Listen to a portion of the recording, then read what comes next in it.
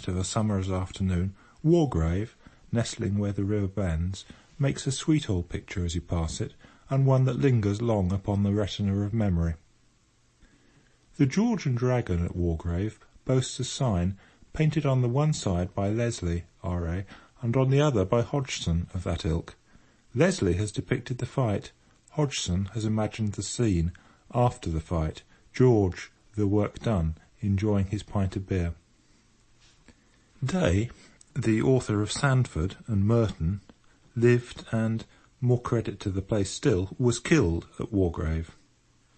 In the church is a memorial to Mrs. Sarah Hill, who bequeathed £1 annually to be divided at Easter between 2 boys and 2 girls who have never been undutiful to their parents, who have never been known to swear or to tell untruths, to steal or to break windows.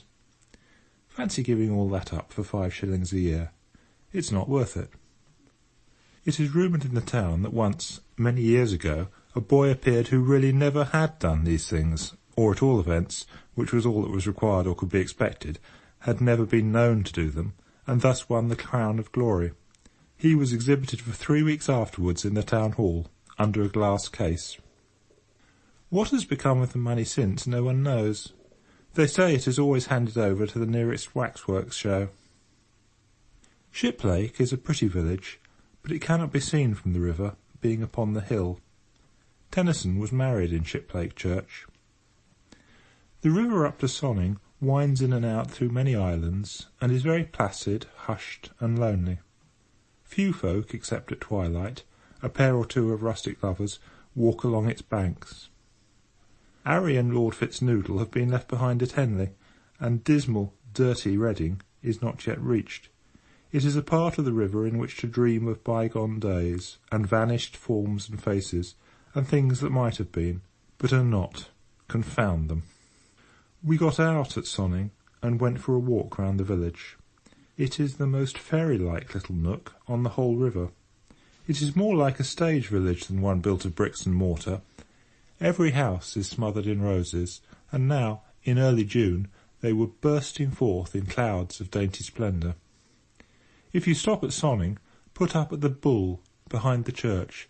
It is a veritable picture of an old country inn, with green, square courtyard in front, where, on seats beneath the trees, the old men group of an evening to drink their ale and gossip over village politics, with low, quaint rooms and lattice windows, and awkward stairs and winding passages. We roamed about Sweet Sonning for an hour or so, and then, it being too late to push on past Reading, we decided to go back to one of the Shiplake Islands and put up there for the night.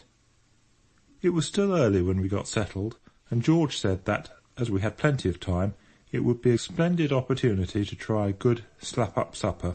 He said he would show us what could be done up the river in the way of cooking, and suggested that, with the vegetables and the remains of the cold beef and general odds and ends, we should make an Irish stew. It seemed a fascinating idea. George gathered wood and made a fire, and Harris and I started to peel the potatoes.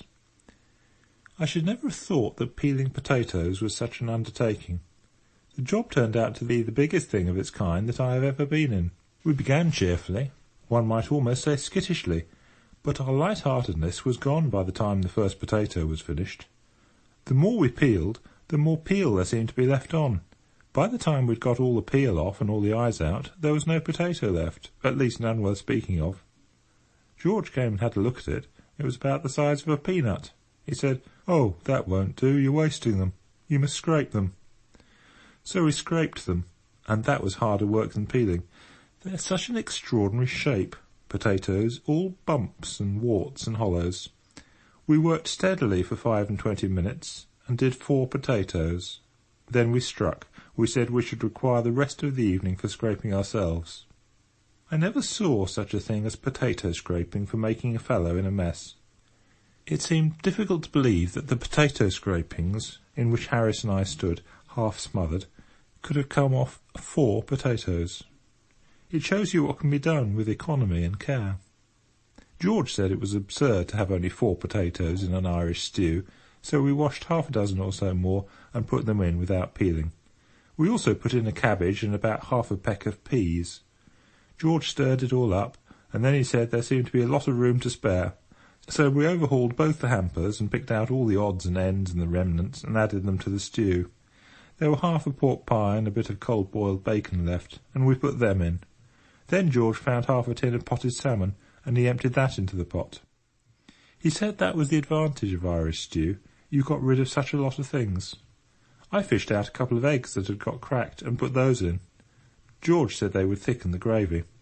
I forget the other ingredients, but I know nothing was wasted, and I remember that towards the end Montmorency, who had evinced great interest in the proceedings throughout, strolled away with an earnest and thoughtful air, reappearing a few minutes afterwards with a dead water rat in his mouth, which he evidently wished to present as his contribution to the dinner. Whether in a sarcastic spirit, or with a genuine desire to assist, I cannot say. We had a discussion as to whether the rat should go in or not. Harris said he thought it would be all right, mixed up with the other things, and that every little helped. But George stood up for precedent. He said he had never heard of water rats in Irish stew, and he would rather be on the safe side and not try experiments. Harris says, "If you never try a new thing, how can you tell what it's like? It's men such as you that hamper the world's progress. Think of the man who first tried German sausage." It was a great success, that Irish stew. I don't think I ever enjoyed a meal more. There was something so fresh and piquant about it. One's palate gets so tired of the old hackneyed things. Here was a dish with a new flavour, with a taste like nothing else on earth. And it was nourishing, too. As George said, there was good stuff in it. The peas and potatoes might have been a bit softer, but we all had good teeth, so that did not matter much, and as for the gravy, it was a poem. A little too rich, perhaps, for a weak stomach, but nutritious. We finished up with tea and cherry tart. Montmorency had a fight with a kettle during tea time, and came off a poor second. Throughout the trip he had manifested great curiosity concerning the kettle. He would sit and watch it as it boiled, with a puzzled expression, and would try and rouse it every now and then by growling at it. When it began to splutter and steam, he regarded it as a challenge, and would want to fight it, only at that precise moment someone would always dash up and bear off his prey before he could get at it. Today, he determined, he would be beforehand. At the first sound the kettle made, he rose, growling, and advanced towards it in a threatening attitude. It was only a little kettle, but it was full of pluck, and it up and spit at him. "Oh, would ye?" growled Montmorency, showing his teeth. "I'll teach you to cheek a hard-working, respectable dog, you miserable, long-nosed, dirty-looking scoundrel, ye! Come on!" And he rushed at that poor little kettle, and seized it by the spout. Then, across the evening stillness, broke a blood-curdling yelp, and Montmorency left the boat and did a constitutional 3 times round the island at the rate of 35 miles an hour, stopping every now and then to bury his nose in a bit of cool mud. From that day Montmorency regarded the kettle with a mixture of awe, suspicion, and hate. Whenever he saw it he would growl and back at a rapid rate, with his tail shut down, and the moment it was put upon the stove he would promptly climb out of the boat and sit on the bank till the whole tea business was over. George got out his banjo after supper and wanted to play it, but Harris objected. He said he had got a headache and did not feel strong enough to stand it.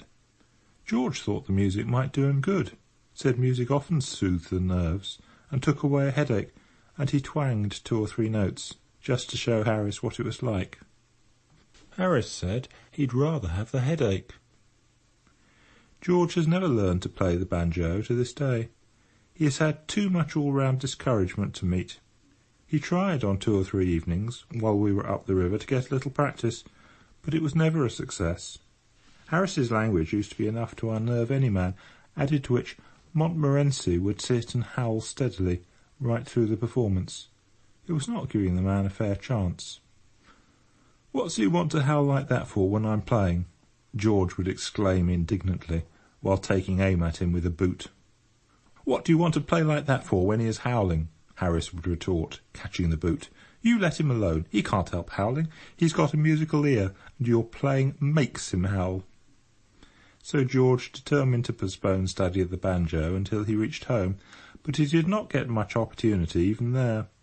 Mrs. P. used to come up and say she was very sorry. For herself she liked to hear him, but the lady upstairs was in a very delicate state, and the doctor was afraid it might injure the child. Then George tried taking it out with him late at night and practising round the square, but the inhabitants complained to the police about it, and a watch was set for him one night, and he was captured. The evidence against him was very clear, and he was bound over to keep the peace for 6 months. He seemed to lose heart in the business after that. He did make 1 or 2 feeble efforts to take up the work again when the 6 months had elapsed, but there was always the same coldness, the same want of sympathy on the part of the world to fight against, and after a while he despaired altogether, and advertised the instrument for sale at a great sacrifice, owner having no further use for same, and took to learning card tricks instead. It must be disheartening work, learning a musical instrument. You would think that society, for its own sake, would do all it could to assist a man to acquire the art of playing a musical instrument, but it doesn't. I knew a young fellow once who was studying to play the bagpipes, and you'd be surprised at the amount of opposition he had to contend with. Why, not even from the members of his own family did he receive what you would call active encouragement. His father was dead against the business from the beginning, and spoke quite unfeelingly on the subject. My friend used to get up early in the morning to practice, but he had to give that plan up because of his sister. She was somewhat religiously inclined, and she said it seemed such an awful thing to begin the day like that. So he sat up at night instead, and played after the family had gone to bed, but that did not do, as it got their house such a bad name. People, going home late, would stop outside to listen, and then put it about all over the town the next morning that a fearful murder had been committed at Mr. Jefferson's the night before, and would describe how they'd heard the victim's shrieks and the brutal oaths and curses of the murderer, followed by the prayer for mercy, and the last dying gurgle of the corpse. So they let him practice in the daytime, in the back kitchen with all the doors shut, but his more successful passages could generally be heard in the sitting-room, in spite of these precautions, and would affect his mother almost to tears. She said it put her in mind of her poor father. He had been swallowed by a shark, poor man, while bathing off the coast of New Guinea. Where the connection came in, she could not explain.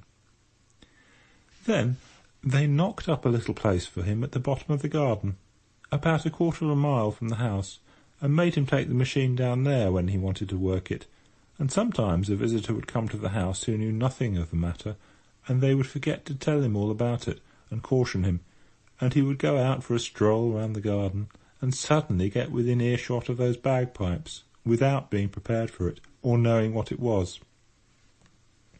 If he were a man of strong mind, it only gave him fits, but a person of mere average intellect it usually sent mad. There is, it must be confessed, something very sad about the early efforts of an amateur in bagpipes. I have felt that myself when listening to my young friend. They appear to be a trying instrument to perform upon. You have to get enough breath for the whole tune before you start. At least, so I gathered from watching Jefferson. He would begin magnificently with a wild, full, come-to-the-battle sort of note that quite roused you. But he would get more and more piano as he went on, and the last verse generally collapsed in the middle with a splutter and a hiss. You want to be in good health to play the bagpipes. Young Jefferson only learnt to play one tune on those bagpipes, but I never heard any complaints about the insufficiency of his repertoire, none whatever. The tune was "The Campbells Are Coming," hooray, hooray, so he said, though his father always held that it was the Bluebells of Scotland. Nobody seemed quite sure what it was exactly, but they all agreed that it sounded Scotch. Strangers were allowed 3 guesses, and most of them guessed a different tune each time. Harris was disagreeable after supper. I think it must have been the stew that had upset him. He is not used to high living. So George and I left him in the boat, and settled to go for a mooch round Henley. He said he should have a glass of whisky and a pipe, and fix things up for the night. We were to shout when we returned, and he would row over from the island and fetch us. "Don't go to sleep, old man," we said as we started. "Not much fear of this while this stew's on," he grunted, as he pulled back to the island. Henley was getting ready for the regatta, and was full of bustle. We met a goodish number of men we knew about the town, and in their pleasant company the time slipped by somewhat quickly. So it was nearly 11 o'clock before we set off on our 4-mile walk home, as we had learned to call our little craft by this time. It was a dismal night, coldish, with a thin rain falling, and as we trudged through the dark, silent fields, talking low to each other, and wondering if we were going right or not, we thought of the cosy boat, with the bright light streaming through the tight-drawn canvas, of Harris and Montmorency, and the whisky, and wished that we were there. We conjured up the picture of ourselves inside, tired and a little hungry, of the gloomy river and the shapeless trees, and, like a giant glowworm underneath them, our dear old boat, so snug and warm and cheerful. We could see ourselves at supper there, pecking away at cold meat, and passing each other chunks of bread. We could hear the cheery clatter of our knives, the laughing voices filling all the space and overflowing through the opening out into the night. And we hurried on to realise the vision. We struck the towpath at length, and that made us happy, because prior to this we had not been sure whether we were walking towards the river or away from it, and when you are tired and want to go to bed, uncertainties like that worry you. We passed Skip Lake as the clock was striking the 11:45, and then George said, thoughtfully, "You don't happen to remember which of the islands it was, do you?" "No," I replied, beginning to grow thoughtful too. "I don't. How many are there?" "Only 4," answered George. "It will be all right if he's awake." "And if not?" I queried, but we dismissed that train of thought. We shouted when we came opposite the first island, but there was no response, so we went to the second and tried there and obtained the same result. "Oh, I remember now," said George. "It was the third one." And we ran on hopefully to the third one, and hallooed. No answer. The case was becoming serious. It was now past midnight. The hotels at Skip Lake and Henley would be crammed, and we could not go round knocking up cottagers and householders in the middle of the night to know if they let apartments. George suggested walking back to Henley and assaulting a policeman, and so getting a night's lodging in the station house. But then there was the thought, suppose he only hits us back and refuses to lock us up? We could not pass the whole night fighting policemen. Besides, we didn't want to overdo the thing and get 6 months. We despairingly tried what seemed in the darkness to be the 4th island, but met with no better success. The rain was coming down fast now, and evidently meant to last. We were wet to the skin, and cold, and miserable. We began to wonder whether there were only 4 islands, or more, or whether we were near the islands at all, or whether we were anywhere within a mile of where we ought to be, or in the wrong part of the river altogether. Everything looked so strange and different in the darkness. We began to understand the sufferings of the babes in the wood. Just when we had given up all hope, yes, I know that is always the time that things do happen in novels and tales, but I can't help it. I resolved when I began to write this book that I would be strictly truthful in all things, and so I will be, even if I have to employ hackneyed phrases for the purpose. It was just when we had given up all hope, and I must therefore say so, just when we had given up all hope, then I suddenly caught sight, a little way below us, of a strange, weird sort of glimmer flickering among the trees on the opposite bank. For an instant I thought of ghosts.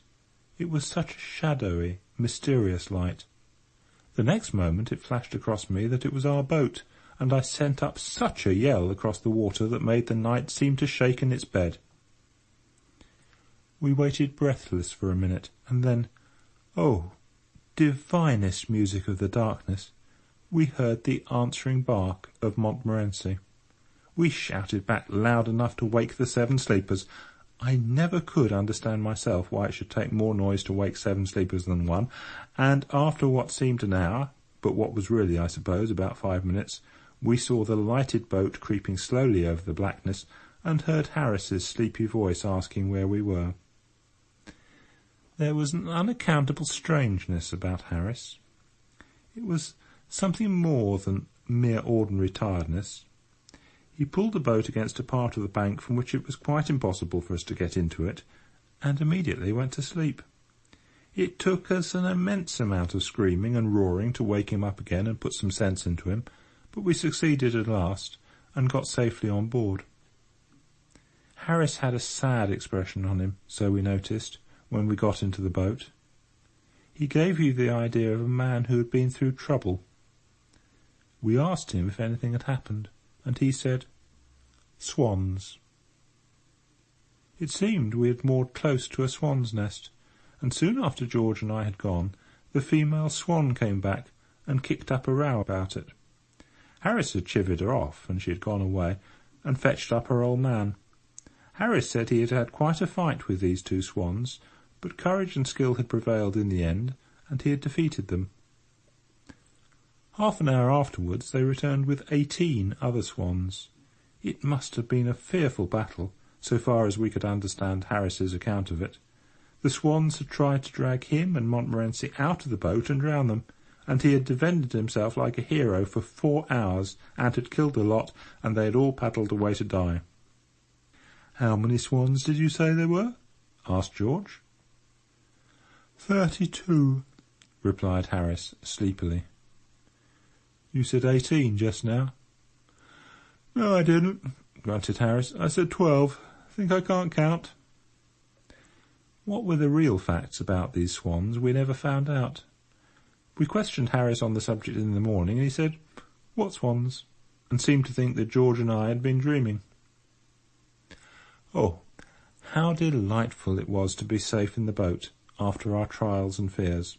We ate a hearty supper, George and I, and we should have had some toddy after it if we could have found the whisky, but we could not. We examined Harris as to what he had done with it, but he did not seem to know what we meant by whisky, or what we were talking about at all. Montmorency looked as though he knew something, but said nothing. I slept well that night, and should have slept better if it had not been for Harris. I have a vague recollection of having been woke up at least a dozen times during the night by Harris wandering about the boat with a lantern, looking for his clothes. He seemed to be worrying about his clothes all night. Twice he roused up George and myself to see if we were lying on his trousers. George got quite wild the second time. "What the thunder do you want your trousers for, in the middle of the night?" he asked indignantly. "Why don't you lie down and go to sleep?" I found him in trouble the next time I awoke, because he could not find his socks, and my last hazy remembrance is of being rolled over on my side, and of hearing Harris muttering something about its being an extraordinary thing where his umbrella could have got to. End of chapter 14. Recording by Adrian Wheel.